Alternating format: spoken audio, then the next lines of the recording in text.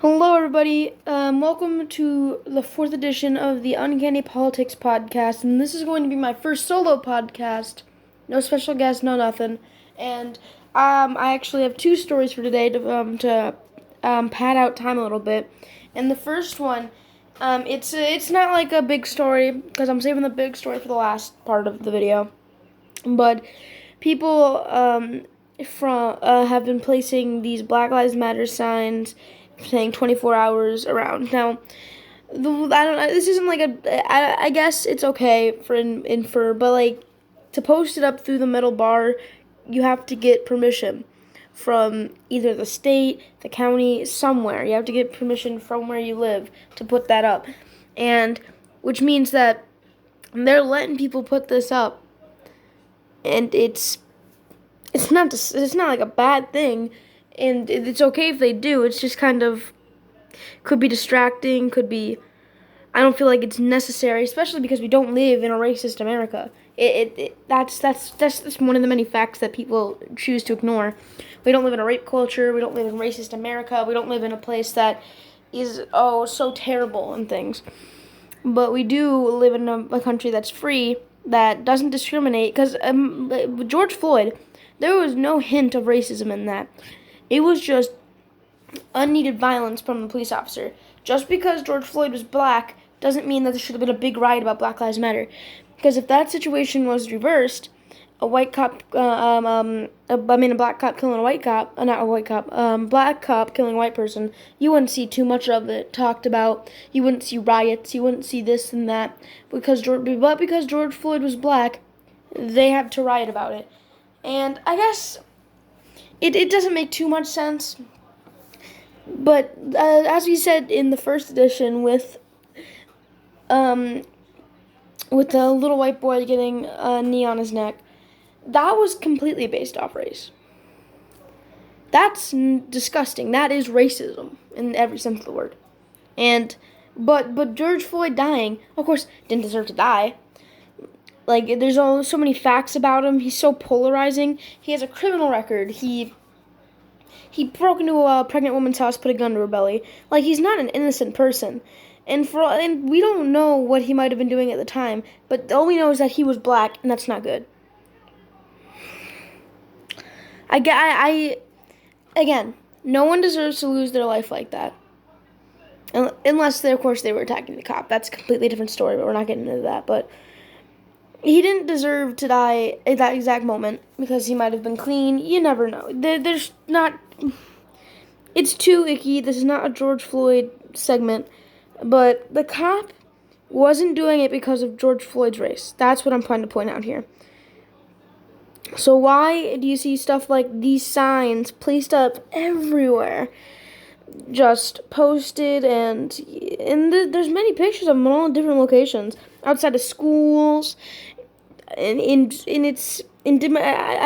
know many of the locations, but it's I don't know how to describe it. It doesn't really make much sense. But we're going to be moving on to the second segment in just a jiffy. Okay, boys. So we already talked about the Black Lives Matter signs. But now we're going to talk about a disgusting recent case about Darius Sessoms, a 25-year-old who shot a little boy named Cannon. I'm not going to try to pronounce his last name. For supposedly just driving his bike on his lawn. His first instinction was to walk up to the 5-year-old little boy, put a gun to his head, shoot him right in the brain. And with his sister standing there watching, it was a terrible sight. I'm pretty sure all the girls involved are scarred for life, and he's been charged with first-degree murder, as you can see. And people are supporting this stuff. People are, of course, not everyone, but a lot of news stations are staying silent, and some BLM people are supporting this kind of behavior. And I don't know what this kid did wrong. He didn't do anything wrong, and even if he did, you don't do a repercussion by putting a bullet in his brain. That's not what you do. That's not your first reaction. It's not what your first reaction should be to a kid riding his bike on your lawn. But that was Darius Sesam's first reaction, walking up straight to him, I don't know the gun type or anything, if that matters, and his funeral, the little boy's funeral is being held. Darius Sessoms, I think, is already locked up, as he deserves to be, for what terrible crime he committed. And again, I don't know, there could be no bias of race, or it could just be plain idiocy. But they were neighbors, and the little kid rode his bike on his lawn, and that was the situation. And if I told you the outcome before I told you why he did it, you would say, why? Well, what did the kid do wrong? What did the kid do wrong? And I would answer with nothing, because the kid didn't do anything extremely wrong. He just did something in Darius Sessoms' unfavorable position. He didn't want the bike on his lawn. Fine, that's an okay complaint. You can just say, hey buddy, can you get off my lawn, please? You don't gotta pull out a pistol, put it straight to his forehead, and pull the trigger. That's not what the first. I'm sure most sane people know that's not the first reaction you should have to someone riding on your lawn. But that was how this whole situation went down. It disgusted me more than I can say. I didn't know how to react when I first heard the news.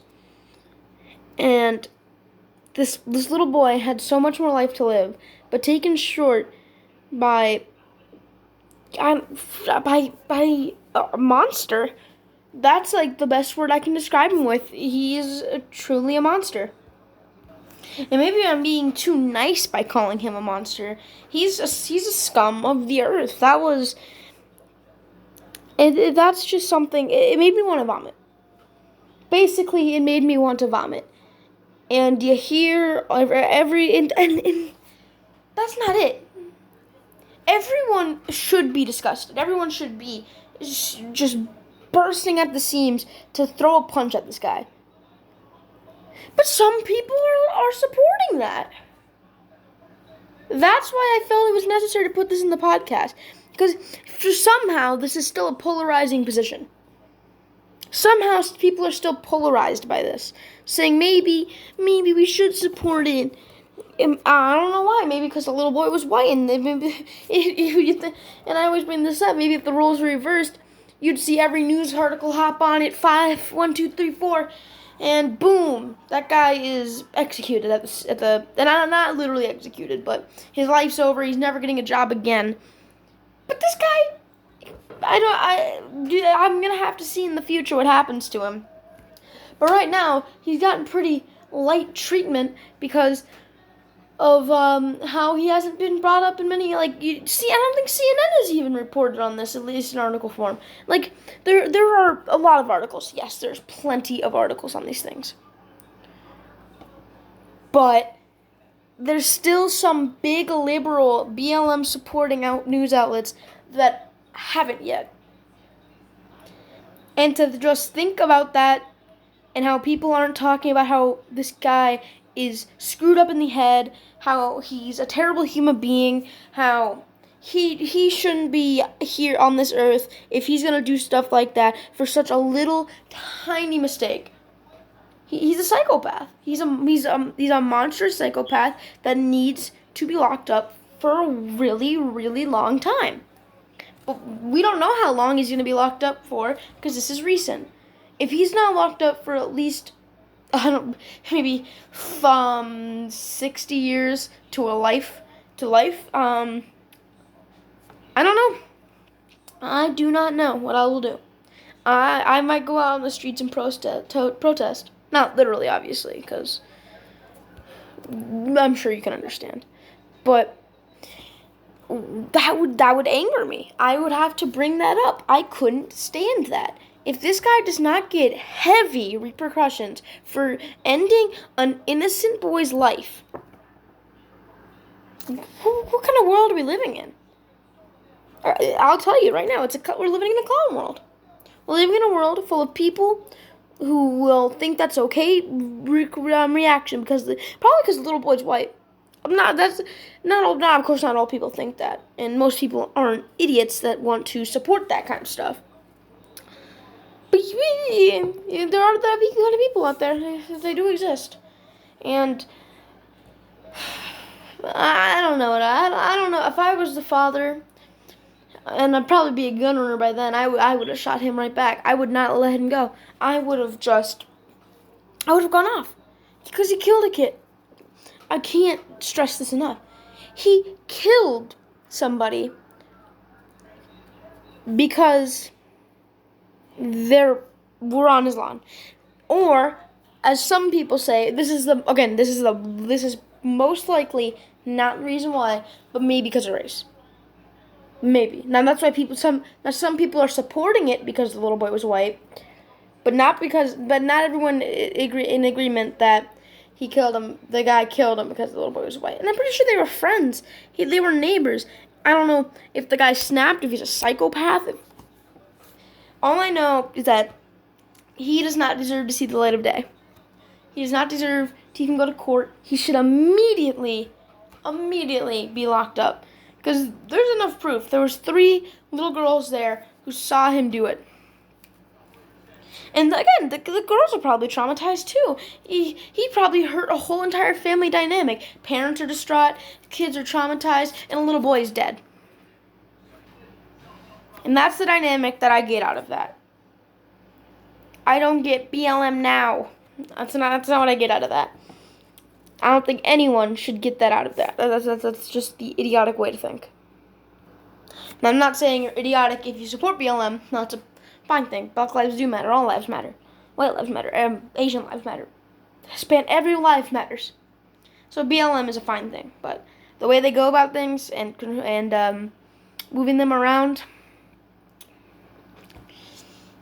it's disgusting. It makes me sick. It makes me sick to see stuff like this happen weekly.